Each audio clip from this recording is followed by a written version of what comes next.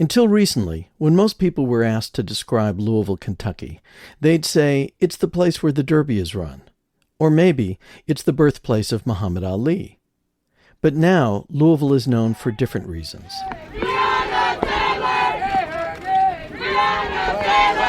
The city has become a flashpoint. The place where Breonna Taylor was shot and killed, in her own home, as police broke down her door under a no-knock warrant, looking for drugs that weren't there.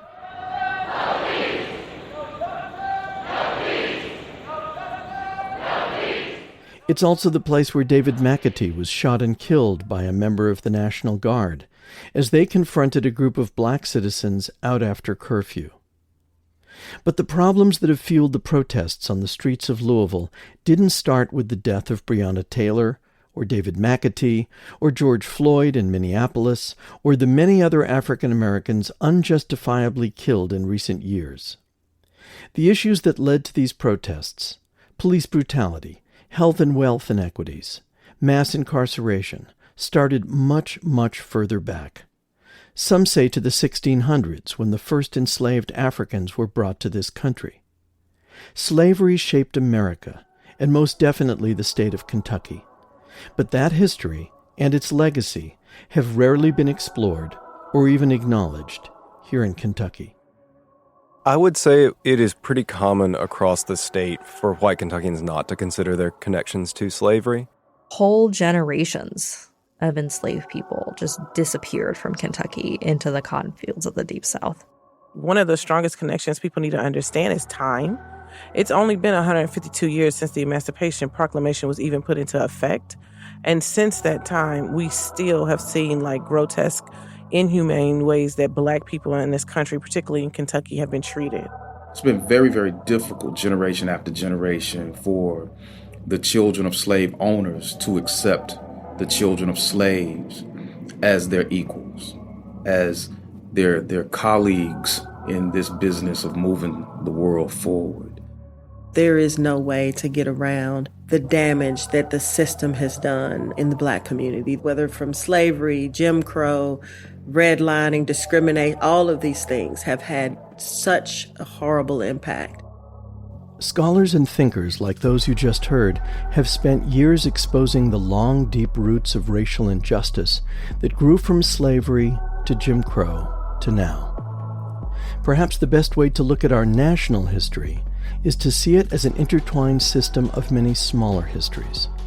Of this state, of cities like Louisville, even the history of families. This is The Reckoning. I'm Dan Getteman.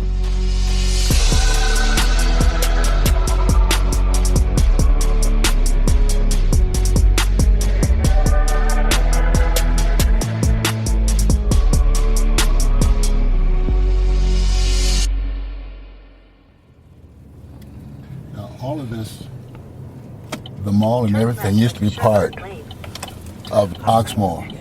On a sunny June day in 2019, cousins Bridget Johnson, Russ Bowles, and his sister Lisa Bowles-Williams drive together to visit Oxmoor, a former plantation in Louisville, Kentucky. I'm really looking forward to seeing the space that our ancestors occupied. Yeah. And see how they preserved it. Oxmoor sits right behind one of the big shopping malls along Shelbyville Road, a busy commercial corridor dotted with strip malls, restaurants, and car dealerships. It was built by Alexander Bullitt in 1787 and is still owned by the Bullitt family today. But few people shopping at Oxmoor Mall know much, if anything, about the plantation it was named after, a place where generations of black people were enslaved. Seems like I heard somewhere down the line that there was one of the slave quarters that was still standing, or is that incorrect? No, that's true. Okay. The ancestors of these cousins lived in one of these slave cabins. At one time, there were 9 wooden cabins lining the long driveway leading up to the mansion at Oxmoor. Wow, so they had the slave quarters all down here. But then isn't that weird? I wonder, was this gated off back then? What stopped them from running? The cousins had never met until this weekend. For a long time, they had lived in different parts of the country. Russ in California, Bridget in Maryland, and Lisa in Indiana. Now they all live about an hour away from each other in central Indiana, where their families had slowly migrated after emancipation. Bridget and Russ found each other when they started exploring their family roots on a genealogy website. But until a few weeks ago, neither of them knew that any part of their family history was tied to Oxmoor. This is the entire, well, not all of it, of course, but this is the main. Wow. Yeah. Dad would have loved to have seen this. Mm-hmm. Yeah. I wonder what Mama's reaction would have been.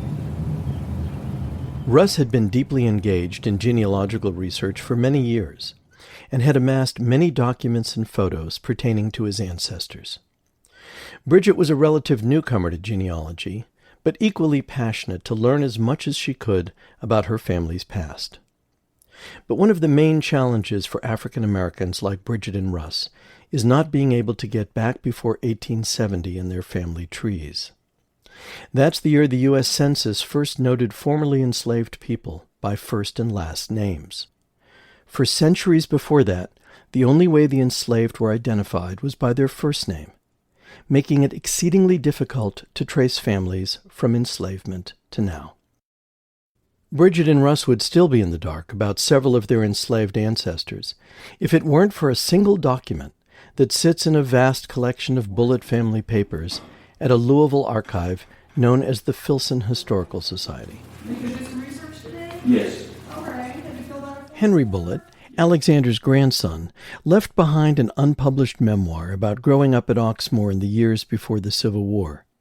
In this memoir, Bullitt mentions several people who were enslaved at Oxmoor, including one particular woman, Eliza Sanders. Actors will be interpreting this and other archival documents throughout the series. Mother gave Eliza to her daughter, Mrs. Archibald Dixon of Henderson, Kentucky. Eliza's husband, Jim Sanders, belonged to Mr. John Burks. And in order to keep them together, Mr. Dixon paid for Jim Mr. Burke's price of $1,500. By knowing the last name of Eliza and Jim Sanders, it became possible to search for them online in the 1870 census. And there they were, living with their 4 children in Henderson County, Kentucky, where another Bullitt family plantation was located. Following their descendants down through the generations led to Bridget and Russ. We set up a video chat so I could show them what I'd found. I want to encourage you to stop me at any point and ask questions, okay? Okay. All right, so let me jump in here. The Bullitt family papers at the Filson Archive include thousands of letters, legal documents, and family photographs. In one faded sepia-toned photo, an older brown-skinned woman sits holding a small white child, her cheek up against the baby's head. Her white hair is pulled back and parted in the middle, a plaid scarf draped around her neck. Her name is Louisa Taylor. And I'm almost positive that's Louisa, your 4th, I believe it's your 4th great-grandmother. Wow. Louisa Taylor was born in July of 1805. At the age of 5 days old, she was given as a birthday present to 7-year-old Mildred Fry, who was to be her mistress for most of her life, even after slavery ended. When Mildred was 21, she married Alexander Bullitt's son William and moved into Oxmoor, which William had inherited. As Mildred began having children, Louisa became their nursemaid. Louisa had 6 children of her own, one of whom was Eliza, who eventually married Jim Sanders. Bridget and Russ are directly descended from Eliza and Jim. I asked them what they thought of this new information about their ancestors. I'm very emotional right now, so just go ahead, please. Russ? Well, I'm just in awe. I'm looking at this woman and seeing so many different features of her and some of my other cousins. Yeah, it's weird. So she does look familiar to you? Yeah. Learning about the connection to Oxmoor helped fill in a missing link in Bridget and Russ's ancestry.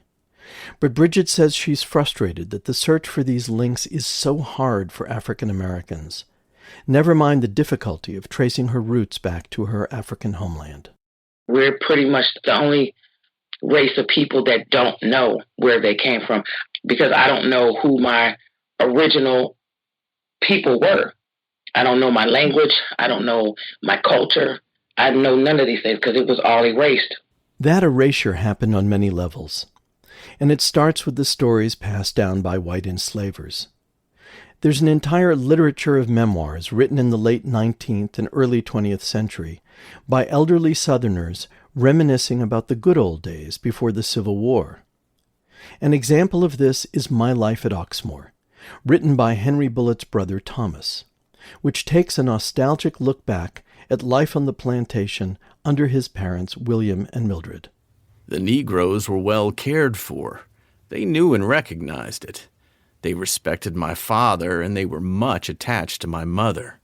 They were cheerful and contented. It was shown in their daily work and in their fun-loving exercises at night. They loved to dance, and often danced without music, except patting with the hands on the knees, and this they learned to do to perfection. Memoirs such as these helped shape the story Kentuckians would hear about slavery for many decades, a story which would then be repeated well into the 20th century. In these homes were many contented servants, born and reared for several generations in the families of their present masters, who served them with unswerving loyalty and devotion, and who, in turn, were held in genuine affection. Many of these family servants of the big house were privileged characters, and under no circumstances would they have accepted their freedom from their beloved white folks.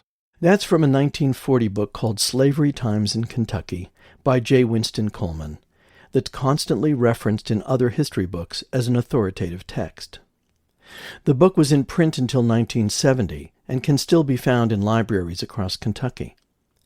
History books like this one helped shape a myth that slavery in the state was mellow, well-ordered, maybe even pleasant. Kentuckians have now, and did have during the era of enslavement, a myth of mild slavery. Patrick Lewis is a scholar in residence at the Filson Historical Society. White Kentuckians have always argued that they did slavery better, nicer, kinder, gentler, and quite literally you can read this at almost any point during slavery and afterwards. At least we're not Mississippi. No, we're not Alabama. And, it is a way of minimizing white complicity in the violence of slavery and the exploitation of slavery in Kentucky by saying, well, at least we're not, grinding people to death in Louisiana sugarcane fields. Of course, they white people in Kentucky will hold the threat of selling enslaved people into those same conditions. But there is always this belief that somehow black people are better off in Kentucky than they are in other places in the U.S. One of the ways that Kentucky did differ from states like Mississippi and Alabama was in the number of people who were enslaved. In 1850, Kentucky came in 8th on the list of all 15 states where slavery was in force. There were about 200,000 people enslaved in the state, roughly 20% of the population. By comparison, Alabama had nearly 350,000 enslaved people. But here's where it gets interesting. Even though Kentucky was right in the middle of the pack in terms of the total number of enslaved, it was third in the nation in terms of the number of households that enslaved at least one person. What that means is that slavery was spread across many facets of Kentucky life. So in addition to farm laborers and household servants, the enslaved worked in mines, factories, and riverboats. The state didn't have huge cotton plantations like Mississippi and Alabama, and only 5 slaveholders in the state enslaved more than 100 people. But it did have many smaller plantations, like Oxmoor, where 53 people were enslaved in 1850. And it appears from reading the Bullitt family papers that enslaved labor was a critical part of generating their family's income. In the early 19th century, Oxmoor primarily grew hemp, then the most lucrative cash crop in Kentucky. William Bullitt kept careful records in a ledger book of how many pounds of hemp each enslaved field hand was able to process, breaking open the stalks to remove the fibers inside. And harvest time was news worth writing about for the entire Bullitt family. Here is Mildred Bullitt writing to her son John in 1849. My dear John, the hemp is this night all finished being broken. A most delightful spell of weather we have had for the business. Lewis set the example of going over 300 pounds, and it has been followed by all the young men. I believe Daniel broke in one day 364 pounds. Nowadays, you probably know hemp as the plant that produces CBD oil. But back then, the hemp that was grown in Kentucky helped support the cotton plantations of the Deep South. Vanessa Holden is a professor of history at the University of Kentucky. Kentucky contributes to this larger economic system by providing the supplies needed to harvest cotton, that hemp is used for the cotton sacks, that hemp is used to bale up cotton, one of the nation's most important exports in the antebellum period. So following the money allows you to link all sorts of economic ventures, ultimately to slavery. In addition to using enslaved labor to grow hemp, the Bullitt family papers reveal another way they made money from slavery, by leasing slaves. In Kentucky, enslaved people were hired out to work in just about every area of commerce and industry. It was also popular in cities like Louisville for people to hire an enslaved maid, or maybe a chauffeur, without the capital investment of buying one. And for someone like William Bullitt, it was like printing money, because all of the living expenses of the enslaved people were paid for by others. April 14, 1860. W.C. Bullitt hereby hires to A.J. Anderson 2 Negro men, George and Dick, for the sum of $309.60, payable the end of the year and secured by note. Anderson is bound to work them on his farm, on which he now lives, and nowhere else, to clothe and feed them well, furnishing them each a good suit of winter clothing in the fall, a pair of boots and hat included, and to pay all doctor bills, and to return said Negroes to said Bullitt on the 25th day of December next, unless providentially hindered. Not only were enslaved people hired out for long-term periods, but also as temporary workers for a few days or weeks. Again, historian Patrick Lewis. And they're this sort of, almost this communal labor source that anyone in the white community, non-slave owning or whatever, can pull on at harvest time or when you're building a new barn. We see this a lot in counties that produce hemp. You know, there are skilled hemp breakers, there are skilled rope walkers, and they can sort of move around through an agricultural cycle, and the entire community, white community, can sort of pick up and put down that labor as they need. Banks and other financial institutions were a critical part of making slavery profitable. For example, hiring out an enslaved man or woman could have a downside if the work was at all dangerous. So enslavers often wanted to protect their property. Sharon Murphy, a professor of history at Providence College, has written extensively about the banking and insurance industries in antebellum America. It's a big investment to own a slave. If you've just hired the slave, you don't have the same financial investment. You don't have the same incentive, perhaps, to be more careful with these slaves. So the slave owner, in hiring out, would sometimes take out an insurance policy to make sure that if something happened to that slave while they were working on the railroad, while they were working in the mines, while they were working in the tobacco factory, that they would be compensated for that. And there were other financial tools that families like the Bullitts could use to build their wealth. Just like mortgages, where you have a home and you use the home as a collateral, or a car loan today, you have the car as collateral. In the South, one of the main forms of wealth in the 19th century were the slaves. So it's actually kind of natural for slaves to be used as collateral on loans. If you were white and had a decent reputation, you could often purchase a new field hand or cook on credit, just like a car or living room furniture, and pay the loan back with interest months later. Newspaper ads for slave auctions from this period often advertised the terms. The undersigned will, on Monday, the 23rd of February, 1852, at the courthouse door in the city of Louisville, sell to the highest bidder at public auction on a credit of 6, 12, and 18 months 5 Negro slaves, 2 women, and their children. The purchaser to give bond with approved security, bearing interest from the day of sale until paid.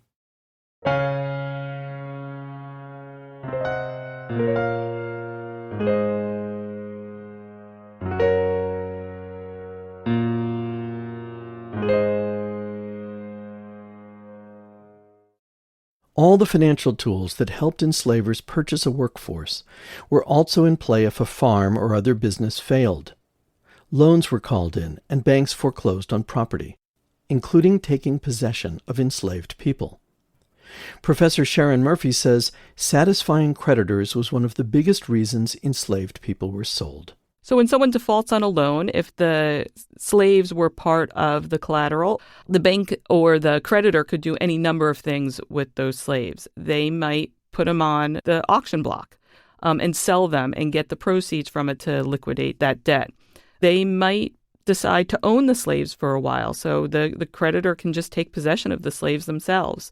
And not only creditors could do this, banks did this. So those slaves, they might be sold, they might get a new owner, but they're still living together on the same plantation. They might be split up and sold to areas where there's more demand for slaves. They might be just sold down the road to another plantation nearby. There's any number of things that could happen to them, but at all times their existence is kind of in limbo, especially when you have these foreclosures going on. Not only did enslaved people show up as assets in loan foreclosures, they also figure prominently in wills and estate settlements. Again, Professor Vanessa Holden. There's a whole other world of moving enslaved people as chattels in between individuals. For many white Kentuckians, enslaved people represented the single largest asset in their estate, worth more than their home, land, or livestock. So great care was taken to make sure those assets remained in a family. Enslavers see slaveholding and being able to move slaves into the next generation as a way of shoring up their family's prospects beyond their own lifetime. I give and devise to my son William C. Bullitt and his heirs forever the following slaves to wit: Abraham, Big Bill, Hope, Little Bill, Celia and 4 children, Betsy, Titus, Absalom, and Dolly, Rachel and her 2 children, Sally and Alec, Dinah and her child, Louisa, Ake and Annie, and Frank, his children, and Big Jack. When Alexander Bullitt died in 1816, he left a large estate to his 6 children. To his son William, he left the land and buildings that made up his plantation Oxmoor. To his other children, he left some combination of land, stock, and other valuables. But he also bequeathed to each of his children other human beings, which were theirs to keep, to sell, to borrow against, and then pass along with any additional offspring to their children and their children's children. That's how chattel slavery worked in this country. In other parts of the world, enslavement was usually something that only affected that one individual, perhaps someone on the losing side of a war, or paying off a debt of some sort. But from the earliest colonial times in this country, white Americans defined enslavement as an inherited state. Once a woman was enslaved, her children were also enslaved, and their children's children. Slavery became something black people were born into, an inheritance that African Americans and our country as a whole are still reckoning with centuries later. Cousins Bridget Johnson, Russ Bolds, and Lisa Bolds Williams drove several hours from Indiana to visit the plantation at Oxmoor where 2 generations of their ancestors had been enslaved. Almost immediately after arriving, Bridget had tears in her eyes. This is where people were owned. No different than owning that statue right there. They were a piece of property. And for a group of people to look at another group of people as cattle It's just really sad. It's just very, very sad. I would love to, my mom, my grandma, I would love for any of them, that's already gone to witness this. I want to bring my kids here now. I want them to see this.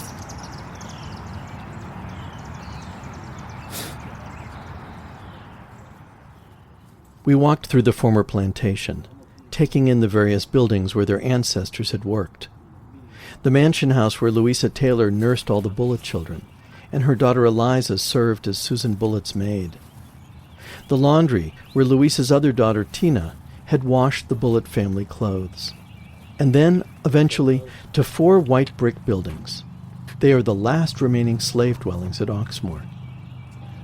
Russ, Bridget, and Lisa approached the smallest of the 4 buildings. The door is open so we can go in. Why is that? No windows. Expense? Extravagance? Bridget touches the door to the cabin. You can go in. After pushing the door open, Bridget pauses, then turns away. Russ and Lisa go ahead and walk inside the small cabin. Wow. Not a lot of space, is it? Can you imagine a whole family living right in this place? And one window. Wow. It would have been tough times, huh? As Russ and Lisa continued exploring Oxmoor, we found Bridget outside the cabin, looking out over the estate. I was okay until I touched the door. It's very small. It seems small for one person, let alone a family.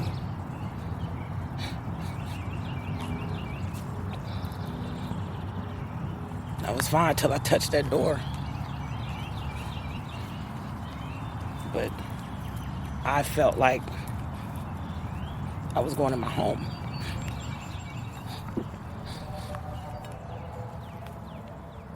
There are other places like Oxmoor across Kentucky, and other African Americans like Bridget, Russ, and Lisa, who don't know their history regarding slavery.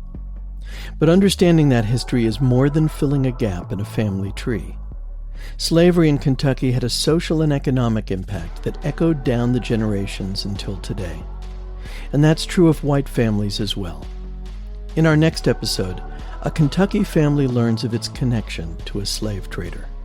That's next time on The Reckoning.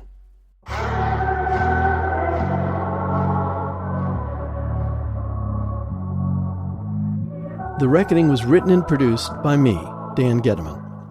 Our editor is Loretta Williams. Rhonda Rogers Van Dyke is our assistant producer, with production help from Nancy Rosenbaum and engineering from Kojin Toshiro. We had marketing help from Creative PR and legal assistance from the Dinsmore and SKO law firms. Our fact-checker is Kathy Brady. Much of the music heard in the series, including our theme music, was composed by Ja'Cory 1200 Arthur, with additional music from the Artlist Music Library. Our voice actors were Mark Foreman, Susan Linville, and Alec Voles. We had research help from Penn Bogert, Dave Morgan, Shirley Harmon, Tom Owen, James Pritchard, and Jenny Cole. Our series is produced in partnership with Louisville Magazine and Louisville Public Media. Our thanks to Josh Moss at Louisville Magazine and Stephen George and Erica Peterson at Louisville Public Media. Major funding for this series was provided by the Community Foundation of Louisville, the Norton Foundation, Eleanor Bingham Miller, Emily Bingham and Stephen Riley, Victoire and Owsley Brown III, Nina Bonney, and Gil and Augusta Brown Holland. Special thanks to the Filson Historical Society, Dr. George Wright, Walter Ray Watson, Cheryl Duvall, and especially to Val Jones. And our deepest thanks to the Johnson, Bolds, and Stites families for letting us into your lives. For an even deeper dive into the subject matter, subscribe to the Reckoning Podcast by visiting reckoningradio.org/podcast. On our website, you can also find a detailed bibliography, free educational curricula, and over 100 oral histories of formerly enslaved Kentuckians. That's reckoningradio.org. Thanks for listening.